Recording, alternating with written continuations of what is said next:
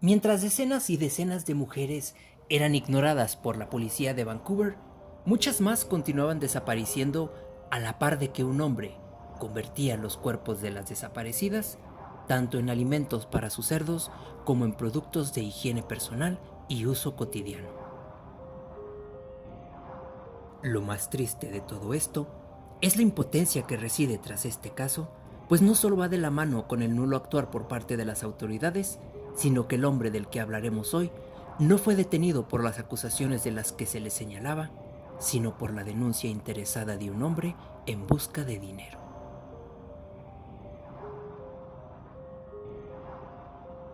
Robert nació el 24 de octubre de 1949 en Port Coquitlam, Canadá, segundo hijo de Leonard y Helen Louise Picton. La familia de Robert se dedicaba al criadero de animales, de entre los que su principal comercio destacaban los cerdos. A la par de esto, esta familia tenía un interés y una preocupación nula por su higiene personal, por lo que permitía que estos animales caminaran libremente por toda la casa, defecándose por donde sea que pasaran, lo que hacía que el hedor, tanto de aquel lugar como de ellos mismos, fuera insoportable para los demás. Este tipo de conductas por parte de la familia generaban insultos de los pobladores de aquel lugar y los niños de la escuela a la que acudían Robert y sus hermanos. La única de esta familia que tenía conductas más adaptables socialmente hablando era la hermana mayor, Linda. Robert particularmente solía pasar mucho tiempo con sus cerdos, alimentándolos y cuidándolos. Además tenía una obsesión y un apego disfuncional con su madre, mientras que para su padre solo era una persona más viviendo en esa casa. Académicamente hablando, Robert presentó muchos problemas, por lo que acudió a clases de educación especial, lo que aunado a su mal olor le generaron acoso escolar. Ante esto, la respuesta de Robert para lidiar con el bullying que recibía era llegar a casa y esconderse en los canales de cerdo hasta que se sentía mejor. Sin embargo, por lejos, el evento por el que quedaría marcado enormemente lo experimentaría a la edad de 12 años. Aquel día, Robert acudiría a una subasta de animales en la que, con el poco dinero que había logrado ahorrar de sus trabajos, se compró un becerro. Lo llevó a casa, lo cuidó, lo alimentó y jugó con él en innumerables ocasiones, hasta que un día después de clases comenzó a buscar a su becerro. Al no tener éxito, cuestionó a su padre por el mismo, quien le indicó que si ya había visto en el granero. Tras esto, Robert corrió a este y al abrir la puerta encontró a su becerro colgando de los pies, decapitado y desangrándose. Ante esta situación, su padre solo le indicó que le estaba jugando una pequeña broma. Más adelante, cuando Robert tenía 14 años, la familia se mudaría a una granja y sería justo en esta donde cometería todos sus crímenes contra alrededor de 50 mujeres. La única persona que no se movería a este lugar sería la hermana mayor Linda, quien se mudaría a la ciudad de Vancouver aprovechando la situación de la familia. En esta nueva granja, la familia tendría un criadero de aproximadamente 700 cerdos. Poco tiempo después, Robert sería expulsado del colegio por mostrar una revista pornográfica, mientras que Dave, su hermano, continuaría su vida con toda normalidad hasta que en determinado momento, mientras manejaba la troca de su padre, arrolló a un joven de 14 años de nombre Tim. Al llegar a casa, les indicó a sus padres lo que había ocurrido, a lo que su padre rápidamente limpió la sangre de la troca y comenzó a repararla para no tener ningún rastro del crimen, mientras que su madre acudiría al lugar del accidente para lanzar el cuerpo, aún consciente, de aquel joven hacia un pequeño barranco donde perdió la vida. El cuerpo de Tim sería encontrado un par de días después por unos trabajadores, sin embargo, no habría rastro de algún sospechoso. Con el paso de los años, ambos hermanos comenzaron a trabajar más propiamente en la granja, Dave adquiriendo conocimientos en demolición, mientras que Robert se enfocaría más en el trabajo de carnicero, hasta que en 1978 el padre de la familia perdería la vida por causas naturales a la edad de 91 años. Un año después, también perdería la vida su esposa a los 67 años de edad. De esta manera, los hijos recibieron una herencia de $90,000 cada uno, mientras que Robert recibiría $20,000 más por ser el más apegado hacia su madre. Gracias a este dinero, los hermanos colocaron un depósito de chatarra en la granja. Además, se dedicaron a comprar más animales en las subastas, los cuales criaban para poder vender su carne a los pobladores. Sin embargo, este no era su único medio de comercio, puesto que también solían realizar fiestas ilegales con ventas de sustancias ilícitas, en las que acudirían muchas personas, entre estos, un grupo de motociclistas que se dedicaban desde la extorsión hasta el asesinato, apodados Los Ángeles del Infierno. Por su parte, Robert, quien era más introvertido, pasaba muy poco tiempo en las fiestas, pues las personas lo veían como un bicho raro con quien no querían hablar, por lo que él prefería estar con los animales, a quien no solo destazaba para comercializar su carne, sino que con las partes que no eran usadas para el consumo humano, las molía hasta generar un tipo de pasta, misma que llevaba a fábricas de renderizado, en las que las usaban para crear jabones, pinturas, cosméticos, entre muchas otras cosas. No obstante, lejos estaban las personas de aquella fábrica de saber que aquella pasta que Robert les llevaba no estaba hecha solo de huesos y piel de animales. Así pues, en 1998, la policía de Canadá encendería sus alarmas al recibir múltiples reportes de mujeres desaparecidas en el Distrito Rojo de Vancouver, un lugar lleno de drogadictos y prostitutas.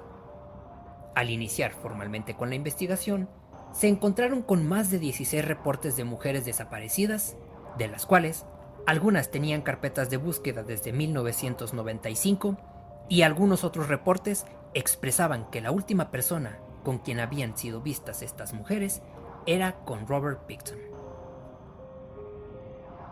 Tal era el grado de desinterés y mal actuar por parte de las autoridades que dieron con alrededor de 26 reportes de mujeres desaparecidas, de las cuales no se había iniciado ningún tipo de investigación. Pues bien, revisando estos reportes, se especulaba que la primera víctima, aunque no confirmada formalmente, pudo ser una mujer de nombre Wendy Louise Allen, quien fue vista por última vez en 1979 subiendo a la troca de Robert. Esa misma fecha habría sido el año en que la madre de Robert había perdido la vida. La siguiente víctima, se piensa, fue Rebecca Juno, quien desapareció el 22 de junio de 1983, y la siguiente, Marlene Ivona Vigosis, desaparecida el 31 de diciembre de 1984. No se tiene un registro conocido de que haya habido algún reporte de búsqueda entre 1992 y 1995, año en que las desapariciones comenzaron a ser más constantes, llegando a presentarse hasta un reporte de aproximadamente 23 mujeres desaparecidas tan solo desde 1995 y 1999.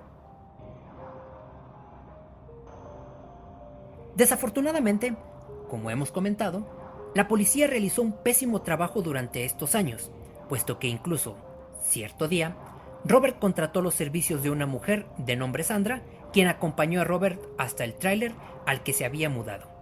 Realizó sus servicios sexuales y tras terminar le pidió a Robert usar su teléfono para indicarle a su proxeneta que había terminado con sus servicios. Sin embargo, Robert se acercó hacia ella, la sujetó fuertemente de la muñeca y la arrojó con fuerza hacia la cama. Afortunadamente, Sandra logró liberarse de él, corrió hacia la cocina y tomó un cuchillo que le encajó a Robert en el rostro, atravesándolo de mejilla a mejilla, rasgando su mandíbula y destruyéndole un par de dientes. No obstante, cuando intentó huir, Robert la alcanzó y la apuñaló un par de veces en el abdomen.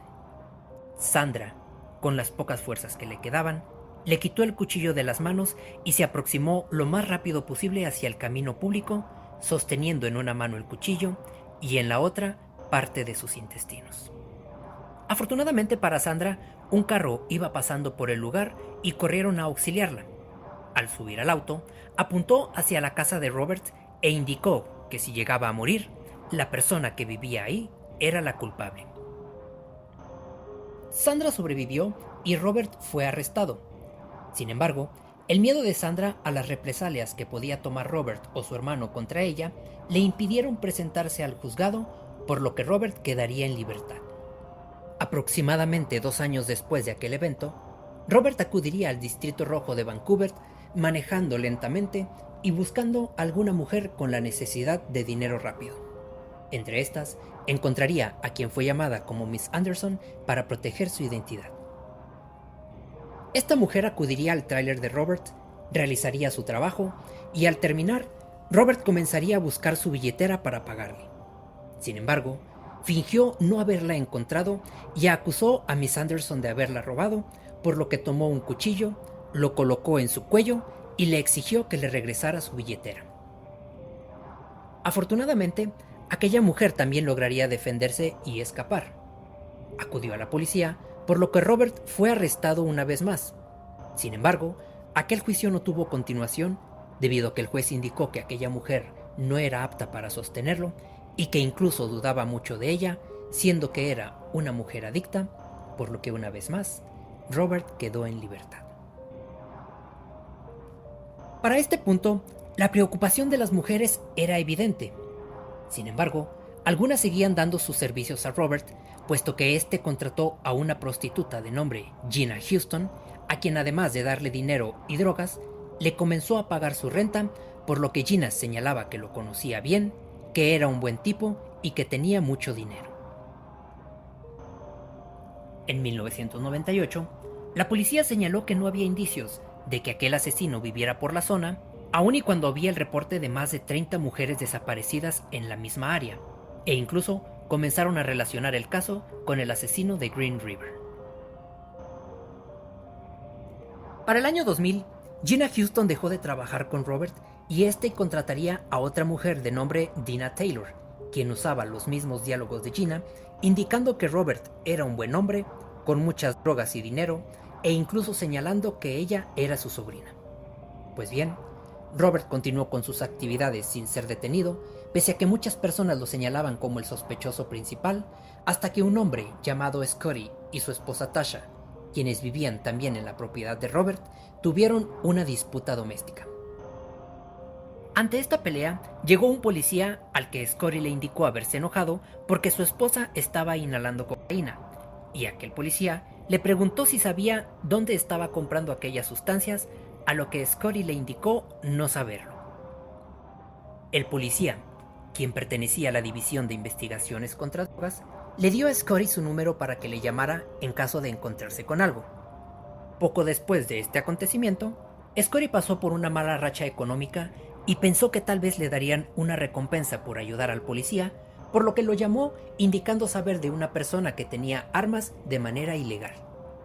De esta manera, el 6 de febrero del 2002, los policías obtuvieron una orden de registro para la granja de Robert en donde encontraron un arma ilegal. Después, entraron a revisar el tráiler, donde se toparon con una nota a nombre de una mujer llamada Heather Bottomley, una mujer con un reporte de desaparición desde el 2001. Asimismo, encontraron 22 revólveres bajo una pila de ropa con dildos incrustados en el cañón y un inhalador para el asma con el nombre de Serena Abotsway, quien también presentaba un reporte de desaparición. Por otro lado, en el granero, no solo encontraron cuerpos de cerdos colgados y desollados, sino también ropa de muchas mujeres, joyas y juguetes sexuales. De esta manera, Robert fue puesto a disposición, y en los siguientes 10 días, los forenses comenzaron a buscar algún rastro humano. Sin embargo, solo lograron encontrar un cojín naranja manchado de sangre, lo que afortunadamente les sirvió como muestras de ADN y que coincidió con una mujer desaparecida en el 2001 de nombre Mona Wilson. Por parte de Robert, el interrogatorio no dio ningún fruto, pues Robert incluso señalaba que adoraba la atención y la fama que estaba recibiendo, por lo que la policía decidió meter a un oficial encubierto a la celda de Robert, haciéndose pasar por un reo. Sin embargo, no sería sino hasta que los oficiales le indicaron a Robert que se había descuidado y que no había limpiado adecuadamente sus herramientas, a lo que Robert confesaría que él llenaba jeringas con anticongelantes para los carros y que 5 a 10 minutos después de inyectarlo, las mujeres perdían la vida. También señalaría que él cavó su propia tumba por ser descuidado. No obstante, la confesión por la que podrían sentenciarlo sería que, al regresar a su celda con el policía encubierto, se encontraba visiblemente entusiasmado y emocionado y sin más, simplemente le confesó haber asesinado a 49 mujeres y que estaba triste por no haber podido llegar a las 50. Gracias a esta confesión, realizaron una segunda revisión más exhaustiva en la granja, en la que encontraron una cubeta con medio cráneo en un corte sagital, 2 manos del lado derecho y 2 pies del lado izquierdo.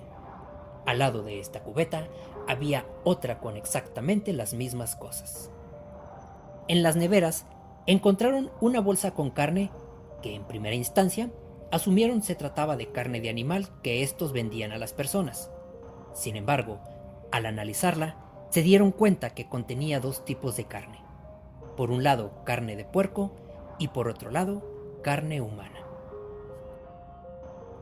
Estos hallazgos les hicieron continuar con su investigación por un par de años, con un equipo de más de 100 forenses, investigando cada rincón de la granja para dar con el resto de cada mujer desaparecida. Durante el juicio, un hombre llamado Andy, que vivía en la granja, al igual que muchos otros, y a quien Robert por alguna razón le tenía mucha confianza, señaló que Robert en cierta ocasión le indicó si quería ir por unas prostitutas. Posteriormente, mencionó que Robert le indicó lo que realmente le gustaba hacer con las prostitutas. Acto seguido, levantó su colchón y le mostró unas esposas, unas cuerdas duras y un cinturón, y que Robert le confesó que cuando estaba por terminar, colocaba sus manos detrás de su espalda, les colocaba las esposas y las estrangulaba hasta la muerte. Después de que éstas perdían la vida, las llevaba al granero, las colgaba con ganchos por los tobillos como si fueran animales, les drenaba la sangre, les sacaba los intestinos, las desmembraba y las usaba para alimentar a sus cerdos. Algunos de los restos que sobraban eran enterrados en pozos donde enterraba partes de animales descompuestos, y lo demás lo convertía en una pasta para llevarlo a una planta de renderizado donde lo convertían en artículos de uso cotidiano. Otra mujer de nombre Lynn, quien también vivía en la propiedad de los Picton, señaló que Robert le indicó si quería fumar crack con él. Después, fueron a la ciudad, levantaron a una prostituta y la llevó al tráiler como solía hacerlo.